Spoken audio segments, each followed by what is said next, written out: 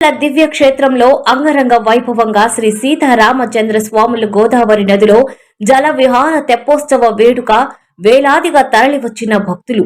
ఈ సందర్భంగా ఆలయ కార్యనిర్వహణ అధికారి దామోదర్ మాట్లాడుతూ తెప్పోత్సవం వైభవంగా కొనసాగిందని, రేపు ఉదయం ఉత్తర ద్వార దర్శనంకి 50 నుండి 60 వేల మంది భక్తులు వచ్చే అవకాశం ఉందని, అందరికీ అన్ని ఏర్పాట్లు చేశామని, భక్తుల కోసం 1,00,000 లడ్డూ ప్రసాదాలను తయారు చేశామని తెలిపారు.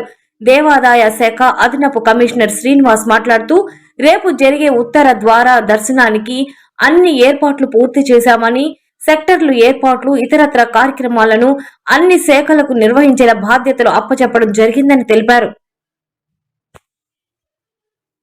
దక్షిణ అయోధ్యగా పేరుగాంచిన మన భద్రాచల క్షేత్రంలో మనం హంసవాహనాన్ని ఈరోజు మనం ఘనంగా నిర్వహించుకున్నాం. అదేవిధంగా రేపు పొద్దున్న మనం వైకుంఠ ద్వార దర్శనాలు ఉంటాయి.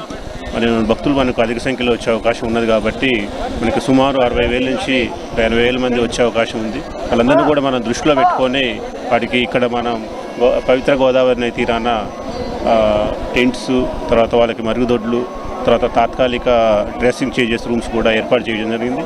అదేవిధంగా ప్రసాదాలకు సంబంధించి కూడా 1,00,000 లడ్డూలు ప్రిపేర్ చేసి ఉన్నాం. దానికి సంబంధించి కూడా ప్రత్యేకంగా 6 కౌంటర్లు మనం ఏర్పాటు చేసుకున్నాం. వాటి ద్వారా డిస్ట్రిబ్యూషన్ చేస్తాం. అదేవిధంగా వచ్చినటువంటి భక్తులందరూ కూడా సౌకర్యార్థం మనం వివిధ టెంపుల్ నుంచి వచ్చినటువంటి 40 మంది డిప్యూటేషన్ స్టాఫ్ కూడా విధులు కేటాయించడం జరిగింది. వీళ్ళందరి సహకారం తీసుకొని వచ్చే భక్తులకు ఎటువంటి అసౌకర్యం కలగకుండా వాళ్ళందరూ కూడా మంచి దర్శనం కల్పిస్తామని కోరుతున్నాం. జై శ్రీరామ్. ఈరోజు తెప్పోత్సవం రంగరంగ వైభవంగా జరిగింది. శ్రీరాముల వారి తెప్పోత్సవం పూర్తయింది. రేపు ముక్కోటి ఏకాదశ ఏర్పాట్లు అన్నీ ఒక పద్ధతి ప్రకారం ఆర్గనైజ్ చేయడం జరిగింది.